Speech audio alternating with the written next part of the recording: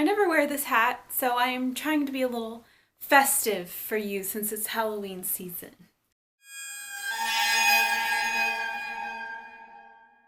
It's probably been a couple months ago now that Gary requested that I do a video on my favorite Giallo Kills. I had seen about 50 gialli at that point, and I was like, I haven't been keeping a list so far. I was a little overwhelmed. Then I thought, why not open it up? Get everyone's favorite. And that's what this list is going to be today. 18 of the top Giallo Kills. I'll be showing on the screen the name of each person who submitted each kill. Obviously, there are some spoilers at hand here, but I'm going to try not to give away like vital information to these movies. And sadly, I'm not going to be showing the bloodiest images from these kills. I guess I'm just trying to like be well behaved on YouTube. I don't know. I guess I'm censoring myself because everyone else censors themselves. But please know that I'm going to be talking about fictional depictions of violence and showing some images from these scenes. So if that bothers you, this ain't the video for you.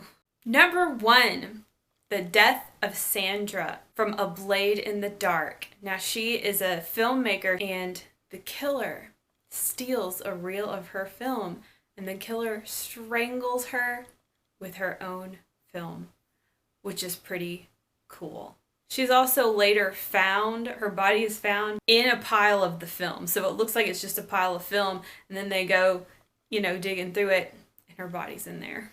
Number 2, the psychic who is killed in her apartment in deep red. This is the iconic defining image from this movie. She's in her window, a few floors up or whatever. She's screaming, like trying to get anyone's attention, and she gets like bashed on the head and then she gets like shoved through the window. That is a classic Argento move, crashing through a window. She has like glass all stuck in her neck. It's quite iconic. Number 3, the death of Jane in Tenebre. Yeah! Yeah, this is spectacular. She's sitting next to the window and this axe comes crashing through the window and it chops her arm off about right here.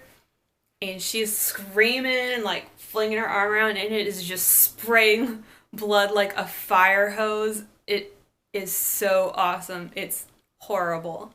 Number 4, the bathtub kill from Deep Red.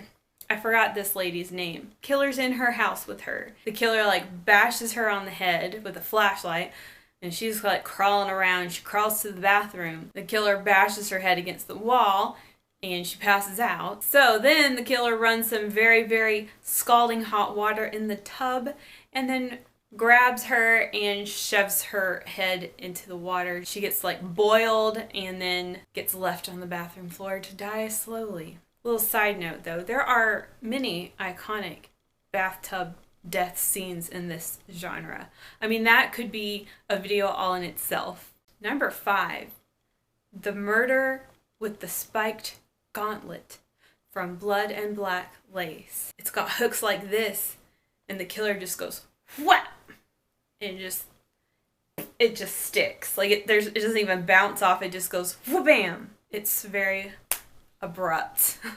Number 6, the murder of the shoplifter from Tenebre. And I agree, this one's really good. I like when murders have symbolism behind them. So she gets a knife like shoved into her neck and then gets pages from a specific book shoved into her mouth.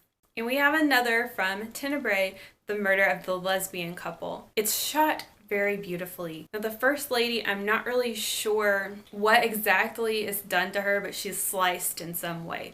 But it's got a really cool shot. And then the second one, oh yeah, she gets her neck slashed. And then her head crashes through some glass, because that's what Argento likes to do. And then she's like hanging over the edge of the stairs. Number 8. The staircase kill from So Sweet, So Dead. Now, this is the only movie on this list that I didn't see, and I couldn't find a way to watch it. But Jeanette writes that this lady is trying to escape the killer on a very small, tight spiral staircase and ends up just getting killed right there on the stairs. Number 9, the Danish tourist from the beginning of Phenomena. I'm sure you recall, she gets left by her bus. She wanders into this house that doesn't seem to have anyone in it, but pretty soon she finds out there is someone in there and she gets stabbed in the hand with some scissors. And then she runs outside through a little like cave tunnel thing, and the killer's following her. She gets stabbed in the stomach with those scissors, and then she crashes backwards. There's like an overlook that has glass over a waterfall. She crashes through the glass, Argento, and her head gets chopped off and it falls down the waterfall. Beautiful, beautiful. Number 10, the monkeys. The monkey commits a murder from Phenomena. This is at the end, so sorry, slight spoilers. Daria Nicolodi's character is about to decapitate Jennifer Connelly, and then the monkey comes up. I guess it's really a chimp, isn't it? Forgive me. The monkey comes up with a razor and just starts going to town on Daria, and it is wild. Number 11, Tenebre again. The dog chase that ends badly. I have to agree because I don't want to say I hate dogs. I'm afraid of dogs, and I'm afraid of getting attacked by dogs. So that was really well done. It was really terrifying, the dog attack. Yeah, no thank you.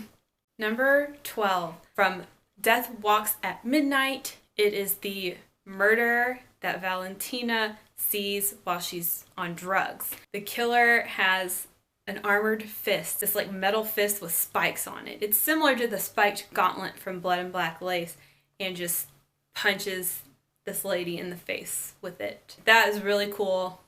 Really well done. Number 13, the murder of Christina's character. I can't remember her character name. The murder of Christina from What Have You Done to Solange. It's a bathtub drowning. All the bathtub kills are really cool. This one was really a shame though, because I kind of thought of her as a main character. And I want to take a moment to shout out Solange. Like I was saying with the Tenebre book page killing, I love when a kill has like a symbolic meaning behind it. So the way the killer in Solange normally does things with the knife, the knife where the sun don't shine. At first I was like, well, that's unnecessary. But then you learn there is a specific reason why the killer does it like that. And I just love that. Number 14, the shower scene in Crimes of the Black Cat.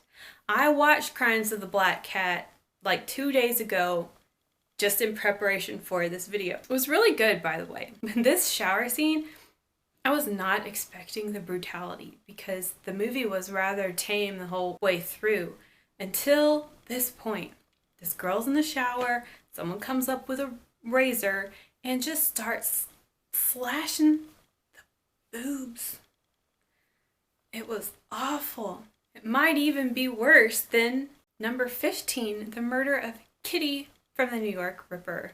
This is quite famous amongst us. Kitty gets sliced with a razor, on the boob and then on the eye.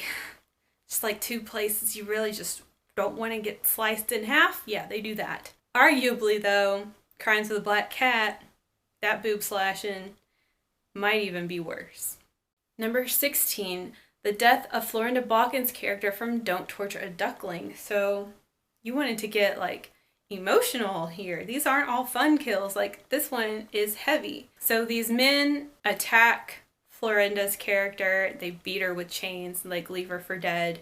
She crawls to the side of the road like trying to get help, and everyone just looks at her and drives by, and she never gets help, and then she dies. And this is a hate crime. I don't know if I can call it a hate crime. It is killing that came from ignorance. I looked up this scene again to revisit it, and I found a YouTube comment that I thought was just really appropriate. So I'm gonna read it now. This quote's from Wesley McCallum. I don't think he hangs out here, but he left a comment on someone else's video of that scene. I love this scene. It makes me cry every time. The image of the cars passing by as she pleads for her life has stayed with me all these years, since the first time I saw this beautiful, tragic movie. A reminder that society does not care about you. No one is coming to help you. No one will save you. and we are ultimately all alone. Yeah, we had to get deep there. Thanks, damaged God, for bringing us down. No, I'm just kidding. That was a very striking giallo death. Okay, our last two top giallo kills are my picks.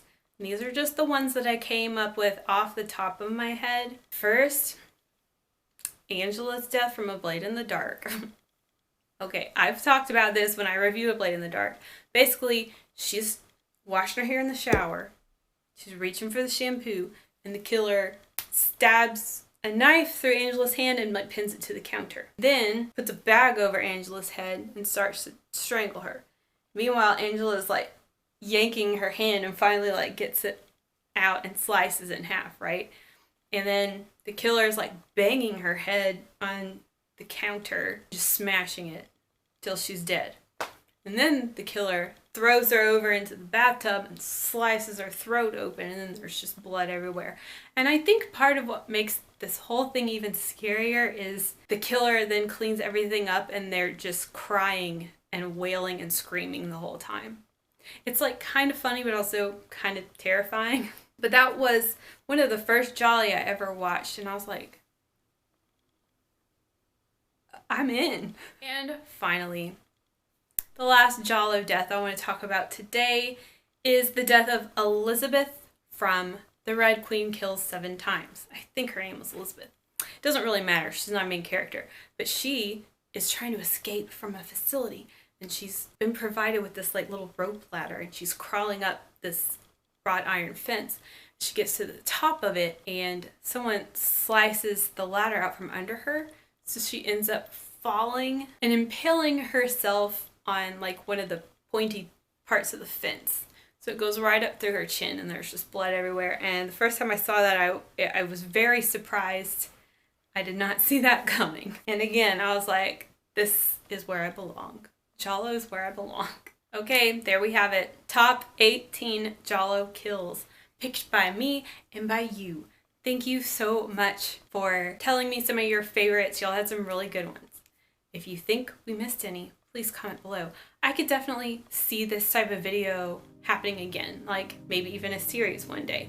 I'm gonna try to keep a list of kills that I love as I see them from this point forward, and y'all feel free to do the same. For movie fans, follow me on Letterboxd. It's at Anesthesia with 2 N's. I write reviews for everything I watch. Happy Halloween. Thanks for hanging out, and I will see you, my giallo friends, later.